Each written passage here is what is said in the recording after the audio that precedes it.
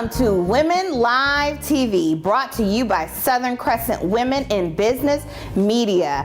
I am Ariel Shaw, founder and president of Southern Crescent Women in Business, and it was important for me this year to ensure that our women were getting proper exposure. We are a conglomerate of women-owned businesses and women in business in the Southern Crescent. We are here to change the economic landscape of the Southern Crescent. We're here to fund women-owned businesses, and we are here to advocate for women-owned businesses. Welcome to Women Live TV.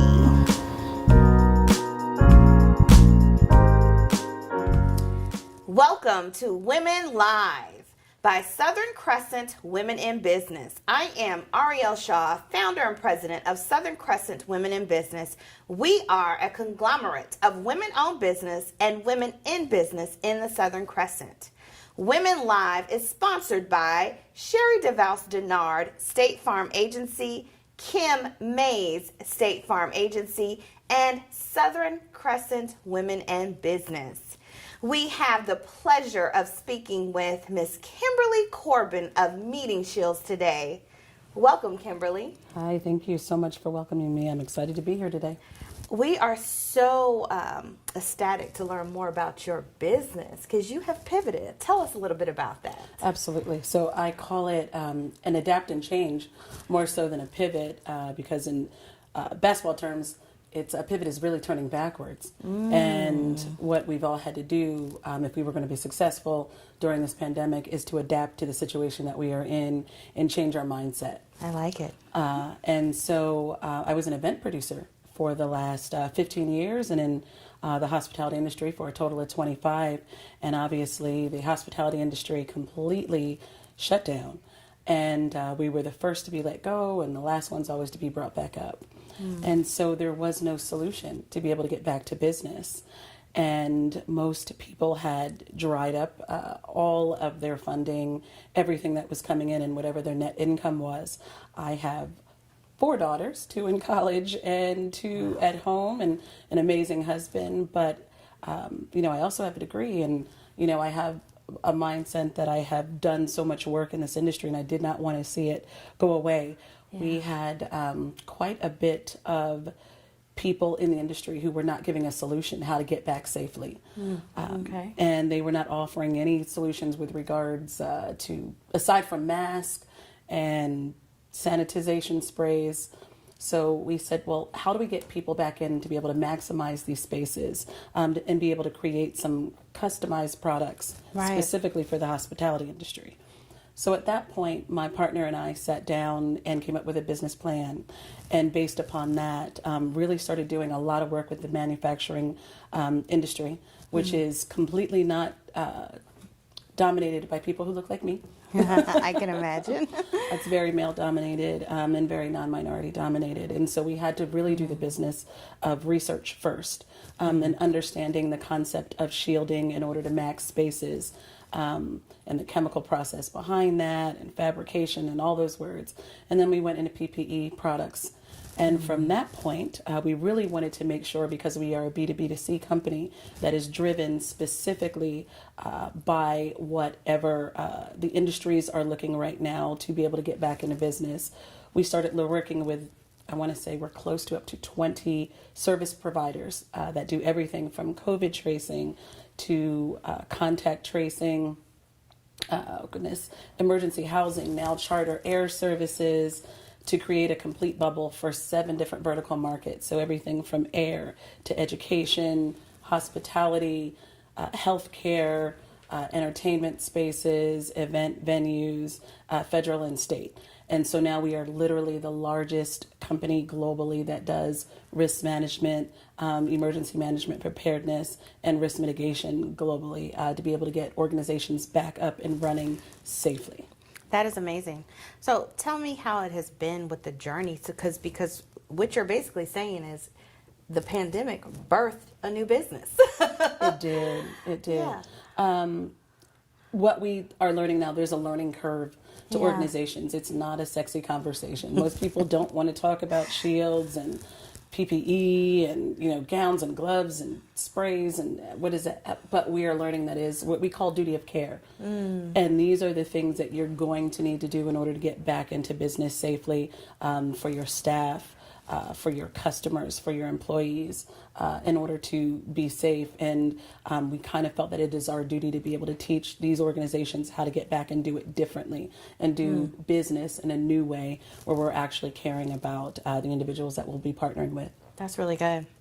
So what started you on this entrepreneurship journey? You know what? I call myself a proud dropout out of corporate America. I studied, I went to Johnson & Wales University and went for hospitality degrees and all of those different certifications that you can get. I left and went into the hotel side, which I really, really loved. But what I did not see, that was 15 years in national sales, and I had kind of gotten burnt out doing things, domestically. And I did not see that women or marginalized communities were being treated with the same contractual terms regarding the contracts that they were getting to host meetings and events. Wow. They were really just getting the basics on, we call it rates, dates, and space. They were getting a lower rate and some amenities, but there's probably about 70 different negotiable terms in any contract that they were not getting the benefit of that the larger Fortune 100 companies were getting. Wow. And I was very upset with not being able to share that with them. In a variety of spaces and a lot of large organizations I felt were not being represented at the table. And I have a saying that it's not about, if you're not being represented at the table, build your own table, but not just build your own table, you have to learn table manners, right? So it's about when you're having table manners, that that's really about ethics and the morality that's involved with having conversations and around contractual terms. And so I stepped out on my own and I started working on both sides with citywide conventions, celebrity productions, everything from conception to post-production, to be able to teach those now organizations everything from, Essence Music Festival to BET to obviously standard corporations and associations as well, and United Negro College Fund, but being able to come back to the door and say, let's look at this a little differently and let's look at how these contracts can benefit you and your attendees. So again, what prompted you to get out of corporate? So you were building your own table, but was there something else, Absolutely. a dream? Tell me a little bit about that. My parents I was raised in I was raised with a family that was, they were on the board of directors for corporations their entire life. And so that's all I knew was to be able to go to work and work up lots of hours and for the gold watch in 30 years. Yeah. And that was not something that I could see for myself. I wanted to be able to have the flexibility to have it all, but at the time that I wanted it. So a family when I wanted it. Flexible income that had no ceiling on it. That I was working for my dream and not to be a cog in somebody else's dream. That's good. So you have how many daughters? I have 4. We have 2 in college and 2 in high school at this point. So are they following in your footsteps? You know what? They are. Although they are doing extraordinarily well in the areas that they're in. During the pandemic, they birthed their own business this past year. Wow. And they were very frustrated with the fact that they could not get hair products and could not get beauty products because beauty supplies stores were closed. And so they launched a company by the name of 4 Sisters because they're 4 sisters and they have done extraordinarily well in their own right. That is awesome. So, yeah. So how many entrepreneurs are in your family? 5. So myself, my sister was the first, and now my daughters. That's amazing. How has that support looked like? What has that support looked like? It's beautiful because people understand when you have to put in the long hours sometimes on the front end. Yeah. In order to realize your dream, but it's your dream. It's not somebody else's dream. Right. It's sustainable. It's long term, and at the end of the day, it's passive income. Somebody cannot stop your bag, so to speak. Right. Can we say that again? Okay. That is amazing. what would you give what advice would you give a woman getting into entrepreneurship? Learn your craft. Lots of people try to be jack of all trades, but a master of none. Figure out what you are answering as far as a solution. Yeah. Because that's going to make you more viable. Find out what your competition is doing and That's build a it. team before you even start. I think that is a very big pitfall that a lot of corporations do Now not. that's interesting. Yeah. It's a foundation, and Yeah. that foundation looks like your legal team, your financial team, your branding team, your social media team. Right. All if you are not willing to put the work in, they say, what is it? If you don't plan to or fail to plan, then you plan to fail. Absolutely. So, So as a new entrepreneur and starting that, how do you establish that team? oh goodness, I think it's by executing a ton of people around your network. Your network is your net worth. Right. At the end of the day. And so those are the people, as you're building your foundation, which are going to help you in order to be successful. So you're going to look for people that are around you that are tested, not necessarily in your immediate circle, but look for referrals that are in all of those different aspects where you need to have the basic core of your business that's going to run the behind the scenes to allow you to be on the front lines and be successful. That's really good. Tell us what we don't know about Kimberly. What a lot of people do not realize is how many times I had to fail on the way up. Yep. And I call it failing forward. Right. Yes, So that's good. That's what we call it. Yeah. Fail forward and Yeah. fail fast. Yes. And get up and keep going. That's it. And every day, it's a struggle. Yeah. You have to keep yourself motivated. I have a business coach, and she keeps me accountable. I believe in something I called ASID, which is being authentic and being strategic and intentional and diversifying the people that are around you. And those are the things that I have to motivate myself with on a daily basis in order to not only keep myself driven and focused on what the mission is, but the people around me. So this is the finished product, which is always a product in transition because we should always be growing. Absolutely. But it's not always easy, and you have to put the work in on a daily basis. And we will be right back with Kimberly Corbin after this commercial break.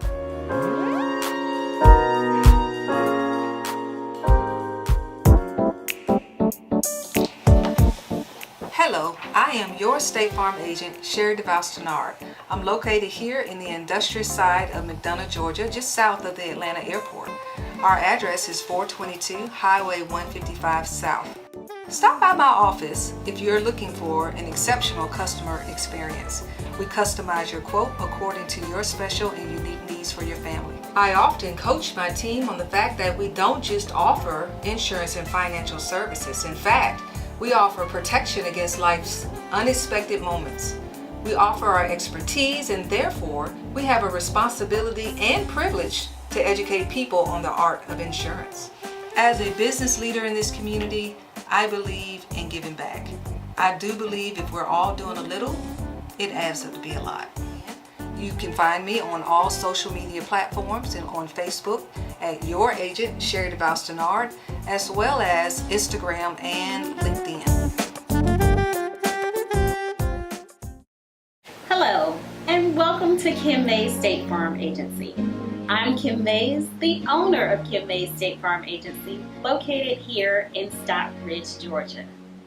We're a local insurance agent providing auto, homeowners, life, and health insurance.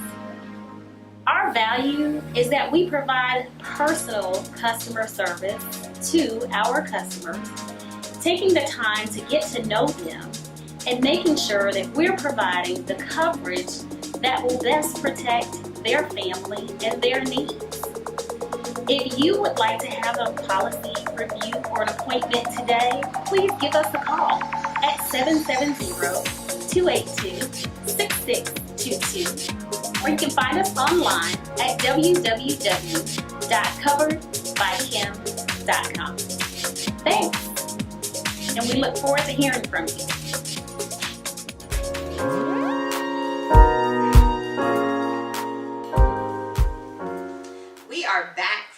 commercial with Kimberly Corbin of Meeting Shields. So Kimberly, you mentioned that you have a business coach. Now, is that your mentor or do you have a mentor? I have multiple mentors. Okay, tell us a So little bit. it really depends on the industry that I am working in at a time, because I have two businesses. I still am an executive producer on one end. So I look for people from that perspective who are giants kind of in the industry, who have blazed those trails for women and for people of color and have been very successful, whether it's blacks in tourism, people who are in meetings and events who have been really successful from that perspective. And then now I look to women who have transitioned from one industry to another and have diversified successfully. And we've had conversations. I sit on several different panels where we're able to give back to other youths as well who are coming up. So this is the second time I heard you say diversification. Why is that important? In order for you to grow and scale in your business, you have to understand the flexibility of where you are currently and be able to move and shift into other industries that may possibly need your service or product. That is really good. So not only are you still in an industry that is growing, but you've birthed an entire new business in the middle of a pandemic. And I know you said pivot. It's not exactly the word, but it was used so much in 2020. It was. And you recently won an award as it relates to being able to pivot. And what that meant is being able to start a new business. And, you know, you were in an industry that was directly impacted by the pandemic, but that didn't stop you. So what do you tell other entrepreneurs that we've had over 40% of businesses that have closed in the pandemic? So some weren't able to pivot, or some just didn't know how to. What do you tell those businesses that are still around? They might be struggling. What advice do you give them?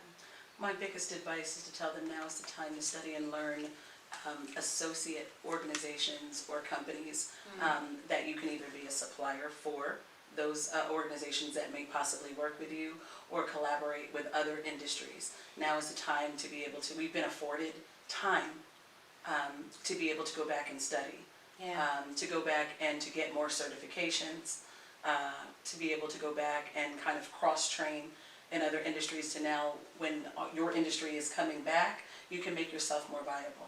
Absolutely. So collaboration is extremely important. Partnership is extremely important. What do you tell your daughters as they struggle, or as they learn this new craft with their entrepreneurship journey? What do you tell them daily so that they don't give up? Probably the biggest thing that I tell them is life in general is going to throw you. Yeah. When you're not prepared for it. But that's what makes you stronger. I call those growing pains.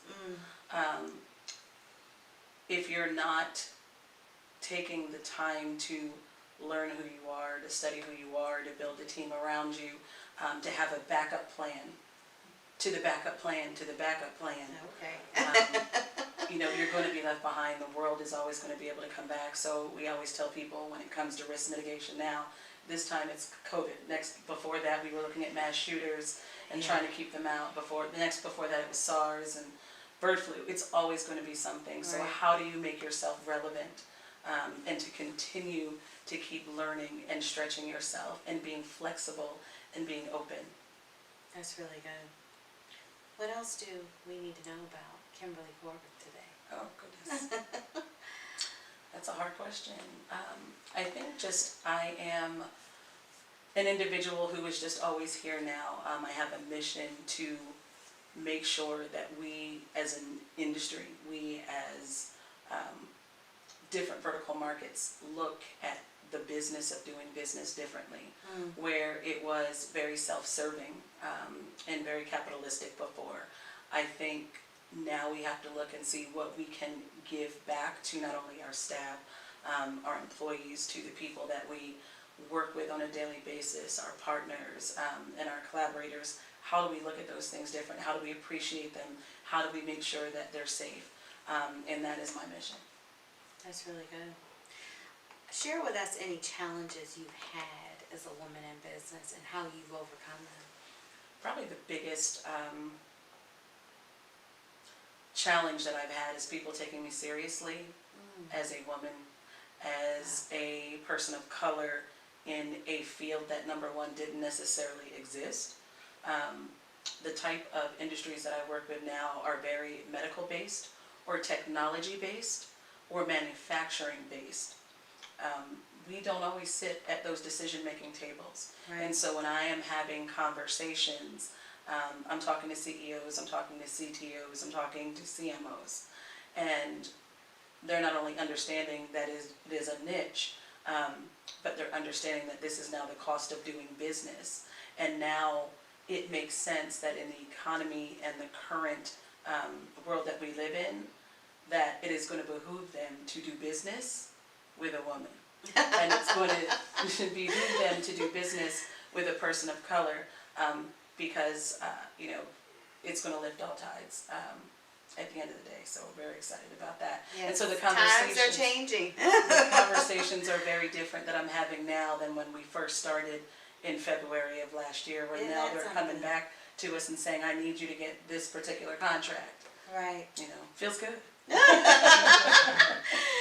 That is amazing. And listen, it has been a pleasure talking with you, Miss Kimberly Corbin of Meeting Shields. Tell the audience, how do we get in contact with Meeting Shields? Absolutely. So we have 3 offices. Our main headquarter office is in Fayette County, Georgia. We have a showroom floor, which is located in Buckhead, in Atlanta, and a regional office, which is in DC. For Meeting Shields, you would be able to just go to meetingshields.com to be able to look us up, or you can contact me directly at kcorbin@meetingshields.com, and our local number is 404-382-8020. Thank you, Kimberly. And this has been another episode of Women Live TV. Thank you. I am Ariel Shaw.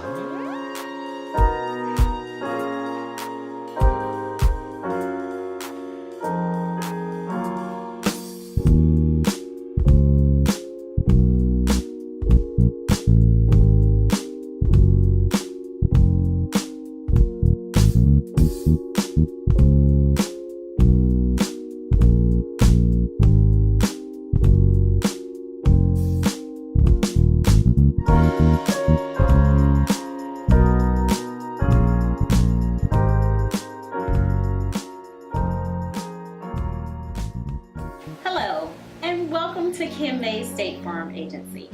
I'm Kim Mays, the owner of Kim Mays State Farm Agency, located here in Stockbridge, Georgia. We're a local insurance agent providing auto, homeowners, life, and health insurance. Our value is that we provide personal customer service to our customers, taking the time to get to know them and making sure that we're providing the coverage that will best protect their family and their needs. If you would like to have a policy review or an appointment today, please give us a call at 770-282-6622, or you can find us online at www.coveredbykim.com. Thanks, and we look forward to hearing from you.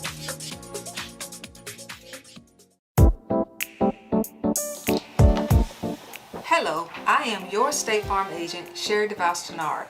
I'm located here in the industrial side of McDonough, Georgia, just south of the Atlanta airport. Our address is 422 Highway 155 South. Stop by my office if you're looking for an exceptional customer experience.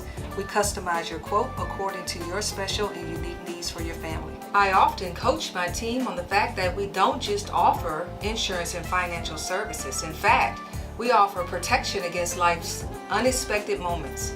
We offer our expertise, and therefore, we have a responsibility and privilege to educate people on the art of insurance. As a business leader in this community, I believe in giving back. I do believe if we're all doing a little, it adds up to be a lot. You can find me on all social media platforms and on Facebook at Your Agent Sherry DeVos Denard, as well as Instagram and LinkedIn.